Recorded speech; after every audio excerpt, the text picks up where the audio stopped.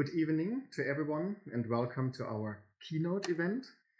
A special warm welcome to everyone joining us tonight online and offline, and especially obviously a welcome to our distinguished keynote speaker, Professor Johanna Mannergren from Södertörn University, whose work in the field has been familiar to many in this room and who is going to talk to us tonight about wild peace and unruly memories. Thank you very much again, Johanna, for accepting our invitation. And we'd also like to extend a warm welcome again to all of the participants of our Memory Studies Conference that started today and that provides the framework of tonight's keynote event, as well as of tomorrow's keynote lecture. Many thanks to everyone involved again for the stimulating panels today and for the intellectual work that has been going on already. We're trying to continue this with the exchange tonight. In a second, I will be joined by our colleague and doctoral researcher, Miguel Angel Caballero, who will be elaborating a little bit and also introduce our speaker to us. But before I hand over to him, allow me to add just a brief note on the format of tonight's event. Directly after the lecture, we invite for questions and comments from all of you in the audience. For those of us who are joining us online, during the Q&A, if you would like to pose a question or make a comment, please enter a plus in the chat and we'll be happy to add you to the list. However, if you prefer, you may also just write your question out or your comment directly in the chat and we'll be happy to read it out for you. Tonight's event, I should mention, will be recorded. The recording, however, is limited as always to the audio and the video of our presenters only. The recording does not include any QA session parts, and neither does it include any chat activity, and neither does it include any metadata regarding the participants of this session. So please join me in welcoming Johanna Mannergren and Miguel Angel Caballero, who is going to share some words of introduction.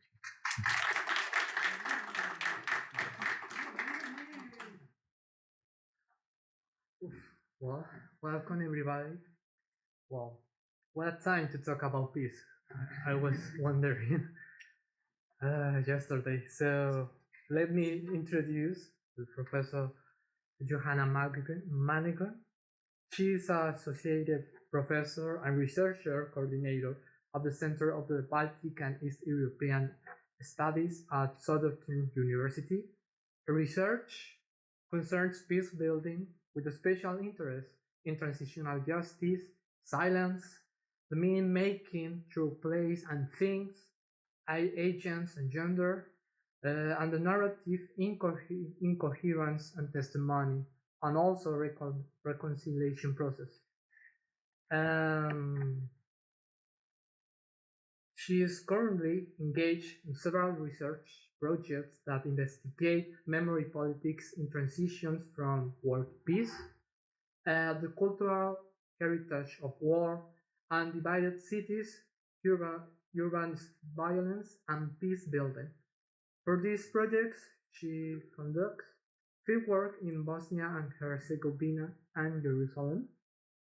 And her last publication examined the links between peace and politics of memory, the role of silence in transitional justice settings, and the space of silence and place of pain through special practices and emplaced narrative. So welcome to Professor Johanna.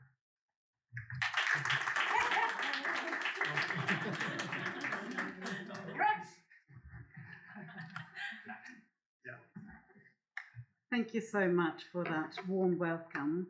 I'm really happy to be here. I'm really happy that we have this opportunity to talk about peace. And I'm really happy for that kind of conversation that we've had collectively today. I'm looking forward to continuing tomorrow, including our dog member of the audience. I want to begin this talk in the hills of Bosnia and Herzegovina. Picture a January morning, maybe like this morning today, in a small village that climbs the hills above the river Drina. Snow lies in thick layers on haystacks and rooftops. Smoke rises from some chimneys, while other houses are silent ruins, saplings growing through collapsed roofs. Gordana, let's call her that, walks up the gravel road through the snow to her elderly neighbour's house, carrying an armful of firewood. She places the logs neatly by the door. Later, she explains to me, I care for her a lot. She's alone after the war. Of course I care for her. She is my neighbour. So why do I begin this talk here? It's after all an entirely ordinary act.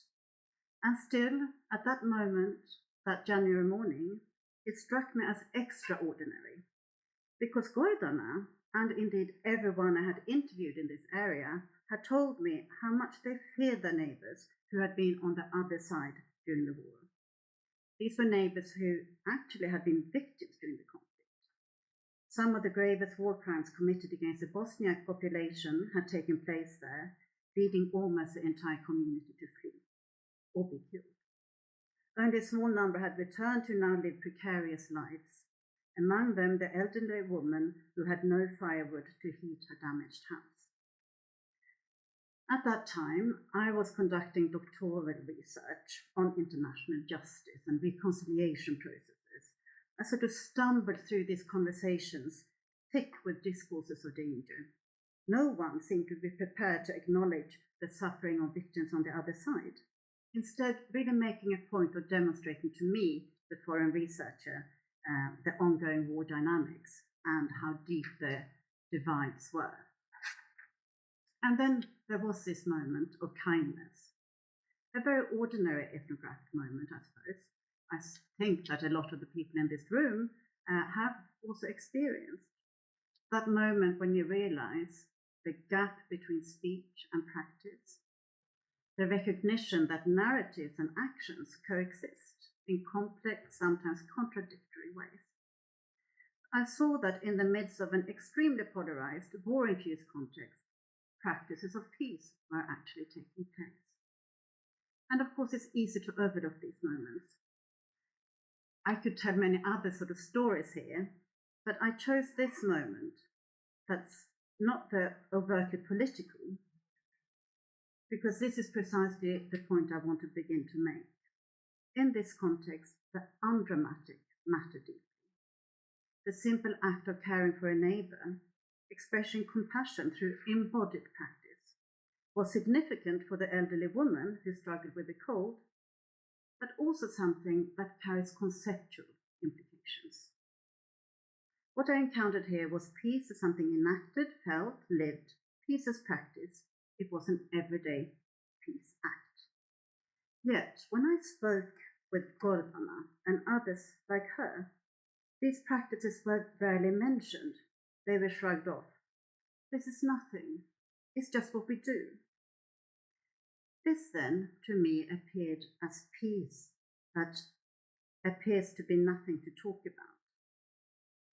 And to echo the theme of this conference, peace that consequently may seem to be nothing to remember. To start noticing and searching for this lived kind of experience of peace stands in sharp contrast to how peace is most often approached in scholarly work. I myself am a peace and conflict researcher, and in my field we have devoted a great deal of analytical energy to the overarching architecture of peace, peacekeeping missions, diplomatic negotiations, peace accords, transitional justice mechanisms, post-war institution building. These, I want to stress, are indispensable dimensions of peace building, and they deserve sustained scholarly attention. But something keeps slipping through our fingers. Peace also happens elsewhere and otherwise, happens in silence as much as in speech, through gestures as much as through declarations. It can take the form of public protests, sometimes of acts so small they barely register as political at all. This is peace that is glimpsed, felt, embodied. It's not an endpoint reached after violence ceases, but an ongoing and uneven process shaped by power, violence, and historical legacy. Peace that also unsettles traditional ways of thinking along linear temporalities of before war and after peace, and destabilizes spatial imaginaries that locate war there and peace here. It is in this sense, then, that I speak of wild peace. By this, I don't necessarily mean it in an empirical or descriptive sense, but I propose it as a conceptual intervention. I use the term to unsettled understandings of peace as meek, abstract, or utopian, something that exists only as the opposite of war or as an institutional achievement of some kind. But it's here then that a conundrum emerges. How do we remember this peace? How can a memory of this sort of so fluid and shifting and not even overtly political as be remembered? And I want to argue, and we'll see if I can make it happen, that we can indeed remember it, and that when we do remember it, that memory is in itself an act of peace, an act of wild peace. Memories of wild peace are unruly precisely because they do things in the present. They unsettle dominant narratives, they challenge authority, and they open space for alternative futures. Remembering peace is an act of peace. This keynote unfolds in 3 steps. The first is how to do kind of a rereading of peace, proposing the term wild peace.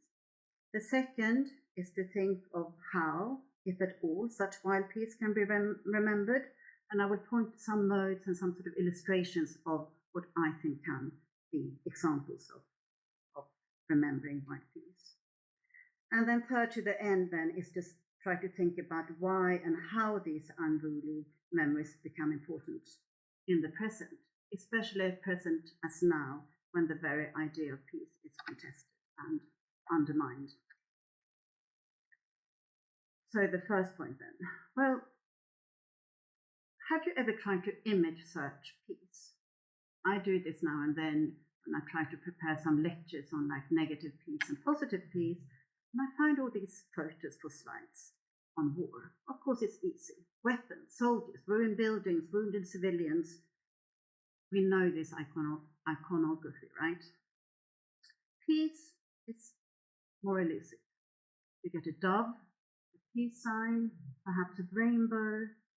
They're utopian and abstract symbols. You might also get images of people, men, probably, in suits, around a table signing documents, or maybe UN soldiers sort of labeled as peacekeepers. Again, these types of institutional peace provide security frameworks, legal protections, and managing mechanisms for conflict and building peace. And I think as we today really see increasing attacks against these kinds of global institutions, such as the UN, we need to defend them. But at the same time, if peace remains confined to these sort of levels, it will become abstract and hollow. So I think that a lot of peace research in my field, we have actually sort of tamed peace. Either it is so abstract and utopian, it loses all political value, or it's reduced to this institutional scaffolding. But then when peace, on the contrary, is understood as wild, as I will try to exemplify, it becomes something else entirely. It becomes practical knowledge. When I suggest this refocus on practical knowledge, on what I like to call also lived peace, I build on a long tradition. Over the past decades, we have seen this rich body of critical peace research, including feminist peace theory, agonistic peace theory, decolonial peace theory. All of these strands have done a really good job at challenging these dominant conceptualizations of peace as a mere technical enterprise. They have made peace knowable as embodied, effective, and demonstrated that peace is deeply political. And for me, there are some publications or some contributions in this body of research that stand out. The concept of everyday peace has gained significant traction, particularly through Roger McGinty's work. He conceptualizes everyday peace as the capacity of ordinary individuals to disrupt violence and cultivate social relations in conflict settings. I think that resonates with some of the research that we have been hearing about today. Anna Jarstad and others have emphasized relational peace, whereas Tarja Väinänen has foregrounded the embodied and corporeal dimensions of peace. Isabel Bramsen's microsociology of peace draws attention to the interaction dynamics in moments of de-escalation. And Susanne Buckley-Zistel and Annika Björkdahl have brought in the importance of spatial readings of peace. So all taken together, I think these are some examples of how we sort of, in my field, move peace away from abstraction and towards a lived experience.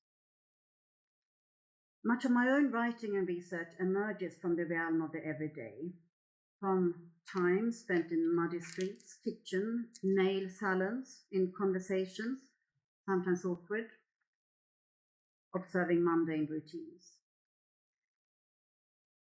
Because the everyday is where war's lingering legacies of poverty, oppression, and insecurity are experienced. And this is also where the contestations of post-war orders unfold most intimately. And so, based on this body of research, including my own then, I want to start to sort of think about this wild peace, but also wild peace as a kind of a spirit, because it's something that is present through acts, experiences, and events, and it can be subtly, it can be directly, and there are practices that may be routine or radical, quiet or disruptive. It can be loud through collective protests, or more quiet, emerging in intimate relational settings. It often emerges unexpectedly.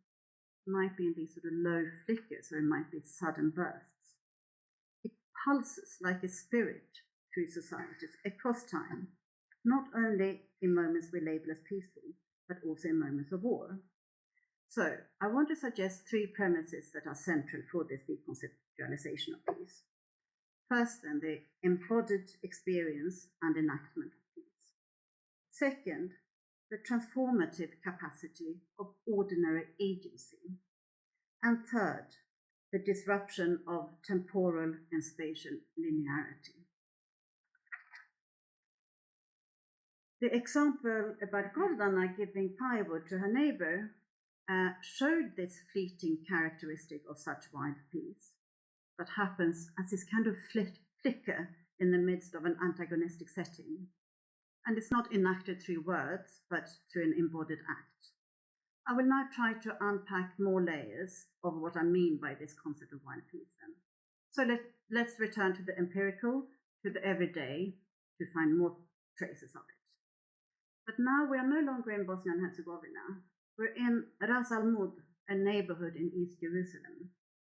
East Jerusalem, annexed by Israel, is cut off from the West Bank by this concrete wall that is the Israeli separation barrier. The wall profoundly shapes everyday life.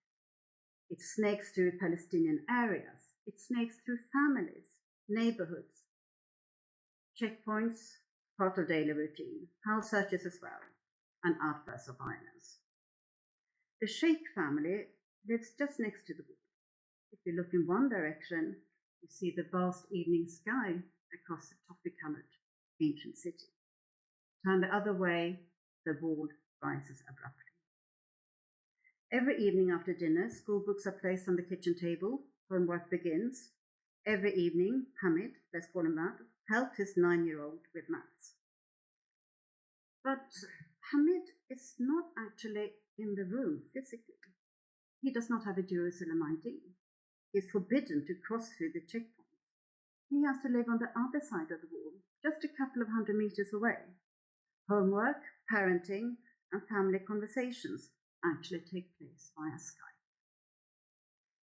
Is this a practice of peace? Well, turning on the computer in the evening is certainly an act of parenthood, care.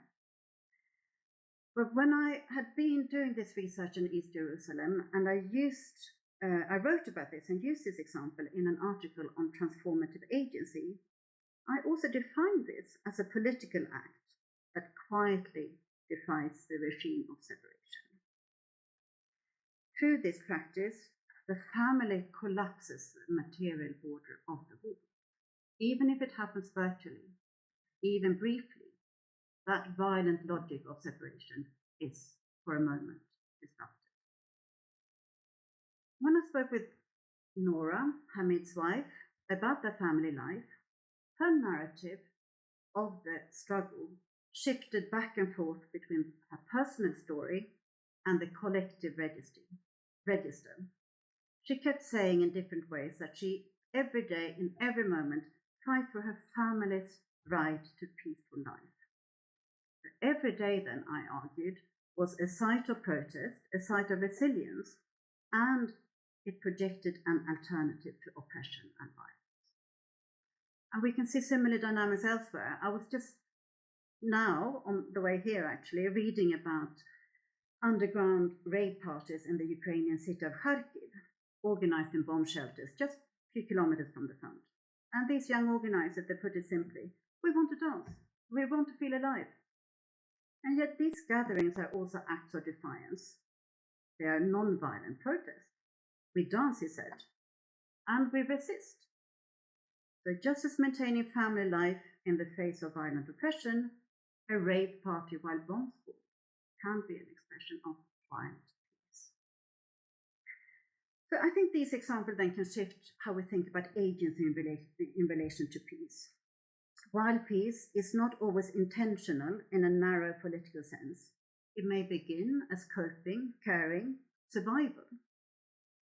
But it still often exceeds those frames, and it becomes transformative in ways that might not be so easily to formally recognize, but it still happens.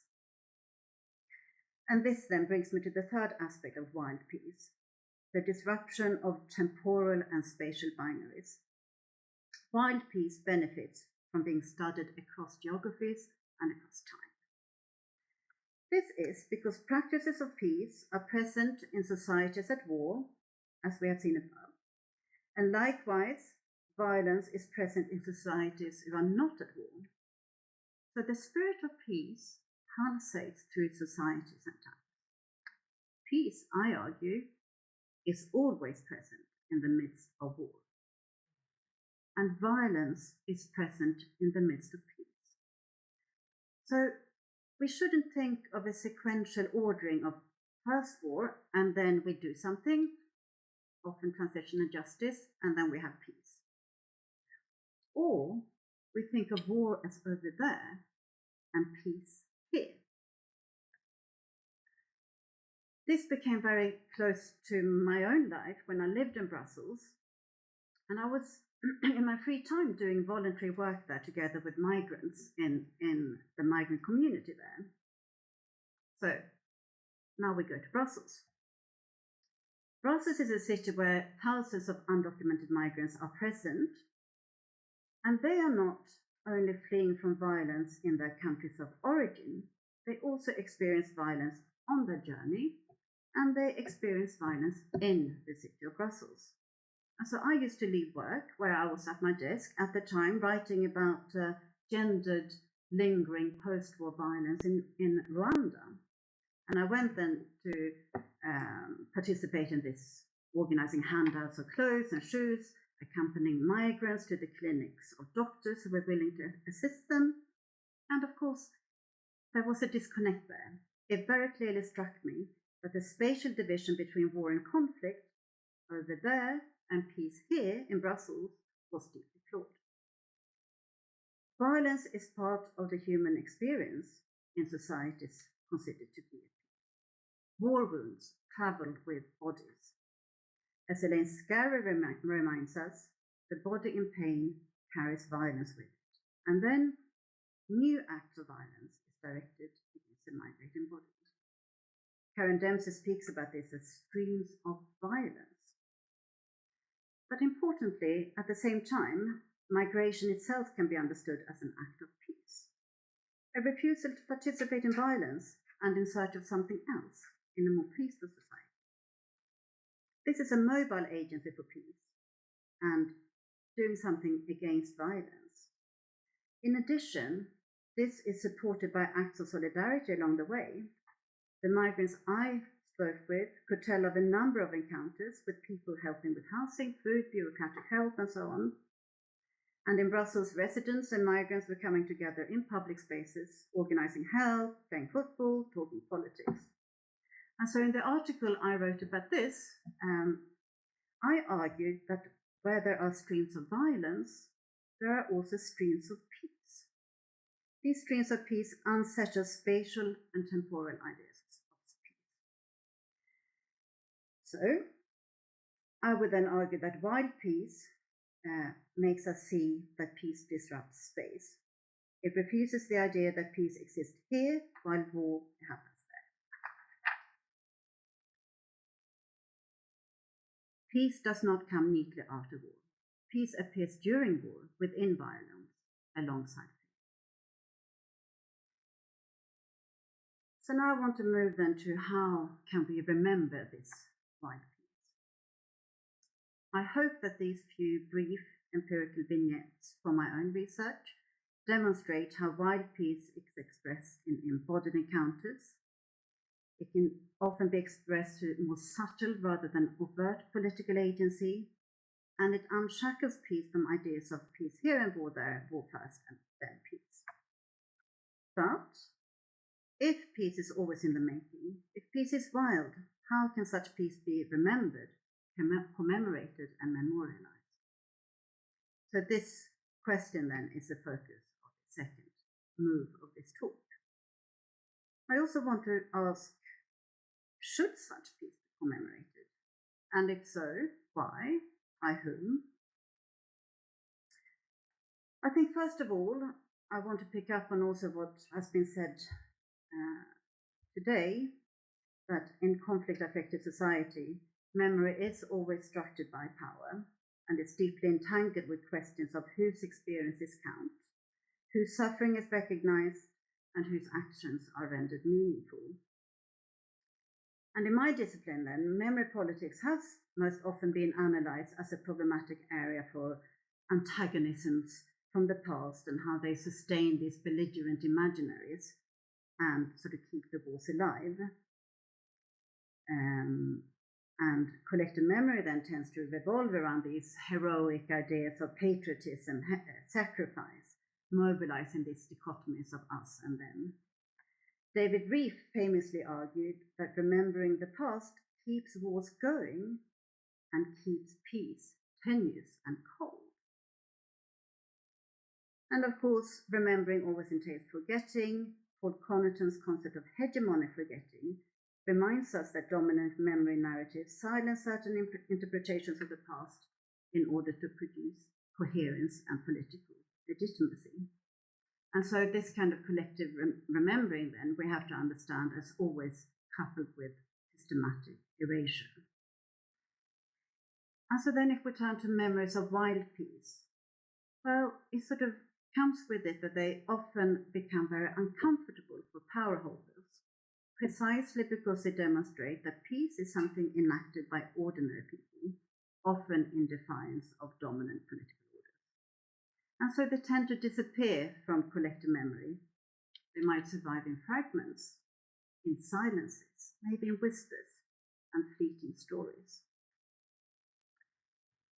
But I would say, by the same measures that people engage in practices of peace, people also engage in commemorating them, finding ways that use these unruly memories to question and disrupt hegemonic accounts. So I began searching for memories of peace that have actually entered the public arena and at least to some extent become part of collective memory. And I want to share some of these examples that I found with you and see how they resonate with you. Can unruly memories of wild peace be made part of a sort of public memory politics? And the examples I'm going to talk about here, I think, yes, most of them come from Bosnia and Herzegovina, because this is really the place where I have in detail studied memory politics. So my first example is the nomadic memorial Stottenema. I don't know if some of you have heard about this. I think it offers a very powerful example of memorialization of white peace. Stottenema means kind of why are you not here? And it's an installation by an artist called Aida Shejovic.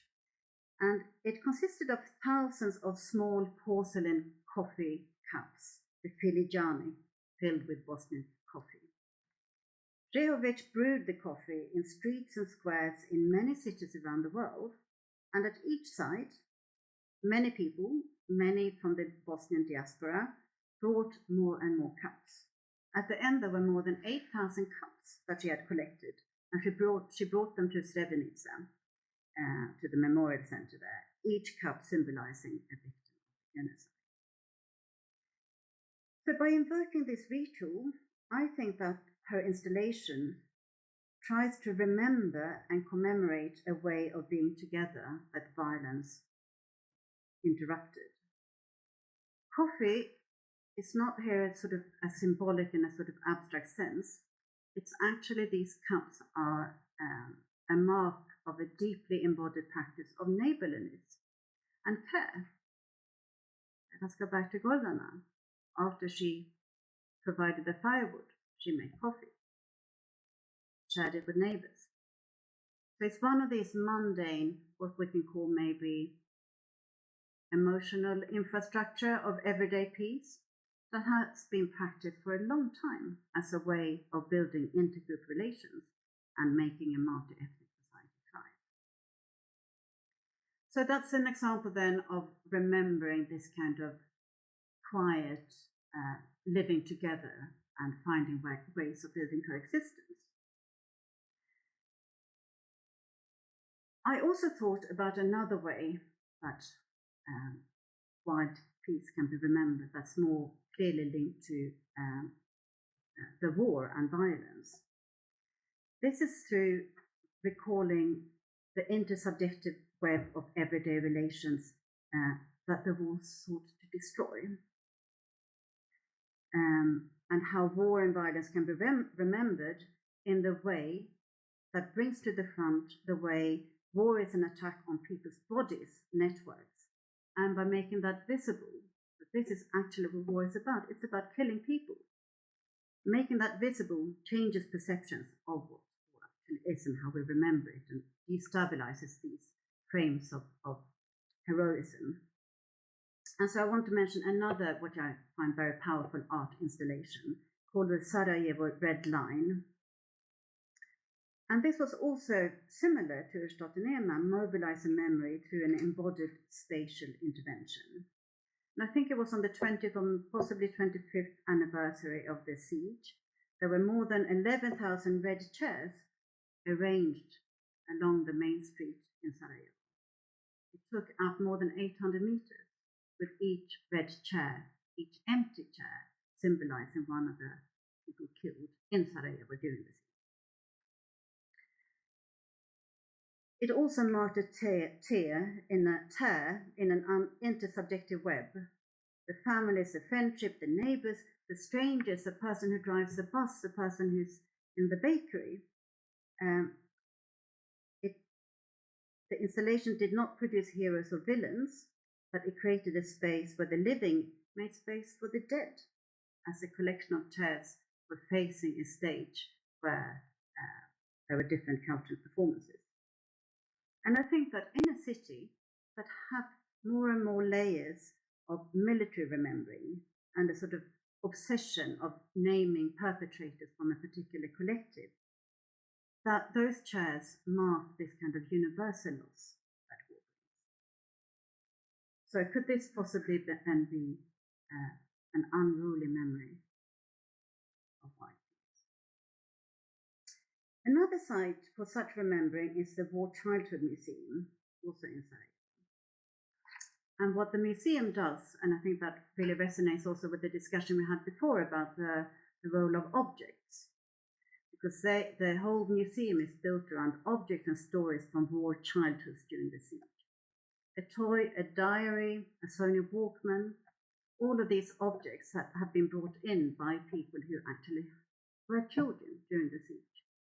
They anchor memory of the war in the everyday, and they resist this nationalist and heroic framing. But for the visitor at the museum, seeing these objects in all their sort of vulnerability and reading the stories that go with them, I think it helps us remember war and the way, through the way family life was then desperately upheld, even as shells were killed. But I don't think that these examples are complete unless I also move towards a bit more sort of overt scale of political agency when it comes to wild peace. Here I want to allude to how memory work can engage in upholding and remembering resistance against violence. For example, it's important to remember how women's organizations from all over former Yugoslavia reached out and got organized to build bridges and protest violence. In particular, one group, Women in Black, has continued to protest revisionism. In Orly Friedman's seminal work on anti-war activism in the former Yugoslavia, Women in Black emerge as key anti-revisionist actors. Their embodied protests take place in everyday spaces, in streets and squares. Their commemoration have in a sense become mundane. And they go out and they speak about the genocide that happened in Srebrenica, and they go out and do that in Belgrade, disrupting cultures of denial. As one activist puts it in Friedman's book, with our bodies standing there, we bring this memory to life.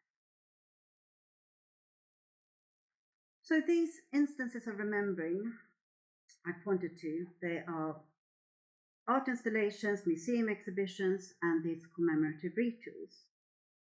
I think they do speak about wild peace, and I do think that we need them. I'm not saying that they are without any sort of problematic aspects. There is this kind of tension between the unruliness of these memories and what happens when they are pinned down, as it were, in these examples that I gave. Because some people do not want to remember the past. We have to take seriously that the challenges against what we might experience as sort of taken for granted culture of commemoration, and that the present needs the past somehow. And I have, in other instances, written a lot about other strategies to remember that does actually include a collective and public forgetting. And I'm thinking now about one of my interlocutors in Sarajevo who told me how the memories of family life during the siege is not really talked about in her family. They're alluded to in more embodied ways. And she did not want at all any monuments. She did not trust that these monuments could ever speak to her and her experience. She, who had been a child during the war, did not in fact even want to visit the War Childhood Museum. She did not want her life, her experiences, her childhood memories all arranged, she said. Her monuments, she said, were the marks from shells and the bullet holes around the doorway in her building. And she wanted them to remain. Those were her kind of monuments. And I think that she's right. I think that we can see these tendencies that formal commemorations often tame peace, reshaping peace to fit hegemonic narrative. And we can see that it just sort of seems to be happening automatically, that memories of wild peace are often erased, marginalized, and replaced by these louder narratives of heroism, sacrifice, and victimhood, and so on. And a telling example of this is also from Sarajevo. And it concerns a commemoration of the peace demonstration that happened in the city just as the war were about to break out. And this demonstration came together quickly, it was organized, but it also shared a lot of those sort of fleeting characteristics of more everyday spontaneous protests. And all these thousands and thousands of people who came out, they protested against the violence, and they wanted to show that the multi-ethnic city, and indeed region, was worth defending against violence. But while they were marching, the city was in fact already circled by tanks and soldiers, and they opened fire. 2 young women were killed, and they became the first victims of the siege, even maybe of the war in Bosnia. And today that peace demonstration is commemorated. On that bridge where they were killed, there is a plaque, but I would say that this remembering obscures the wild peace of that moment of defiance and taints the unruly memories of multi-ethnic Serbia.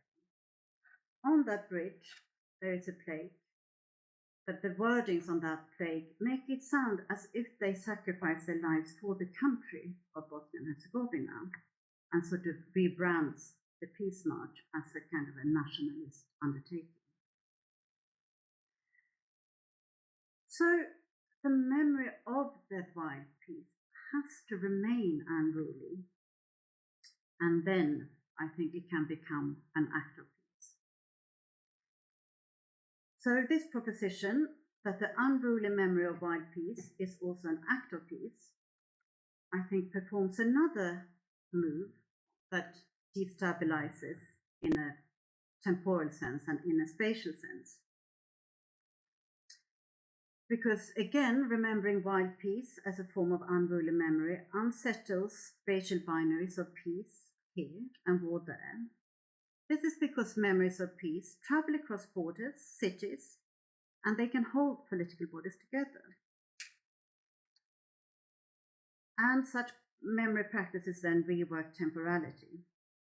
The past is not sealed off as a before the war, nor is peace imagined as a future endpoint.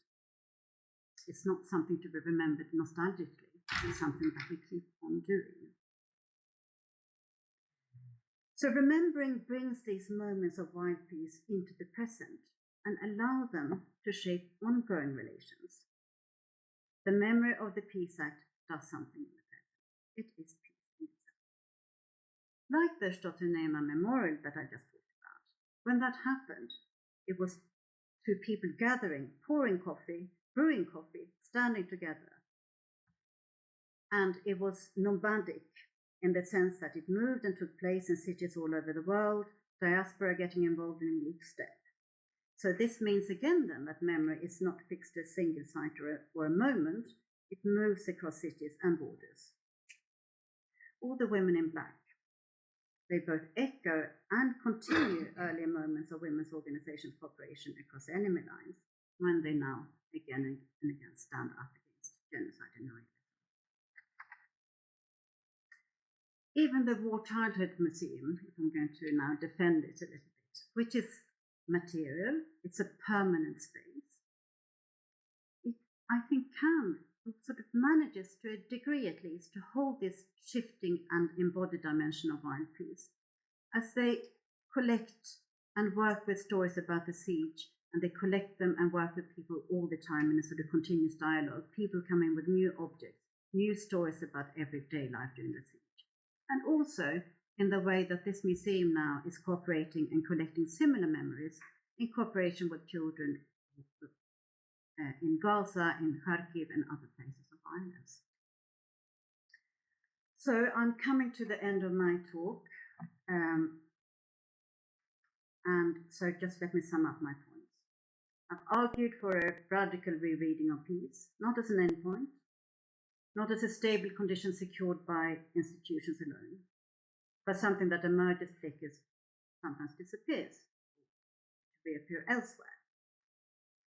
And I have argued that this reconceptualization has consequences for how we think about how such peace is remembered.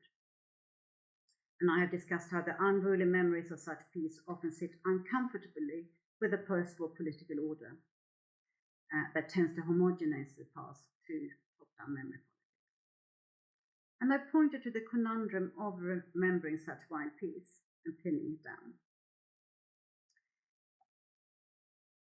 So finally, to conclude, but also hopefully to open up for discussions following this and tomorrow as well, I think that the idea of the act of remembering itself as an act of peace actually matters profoundly in our current moment.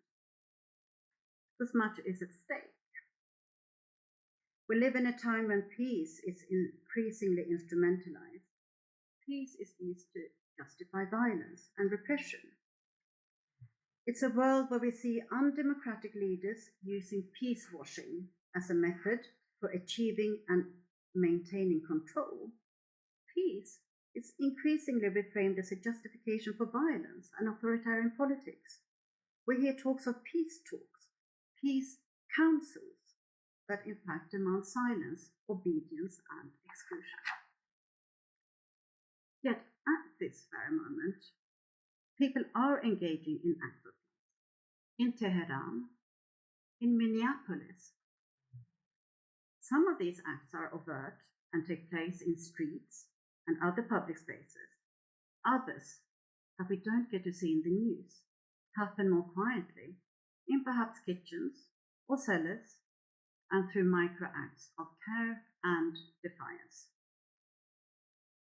So to embrace the idea of peace as wild and the transformative power of unruly memories of wild peace has a radical potential. We don't know, as of yet, so much about exactly how such wild peace in micro settings or in the margins can travel to the macro. We do know that unexpected transformation happens. So for research to explore these connections and to take wild peace seriously as a concept is to acknowledge a range of modes and ways of enacting, knowing, experiencing, remembering peace. And in so doing, I firmly believe that we open up for imaginations of alternatives to authoritarianism, violence, and war. Thank you.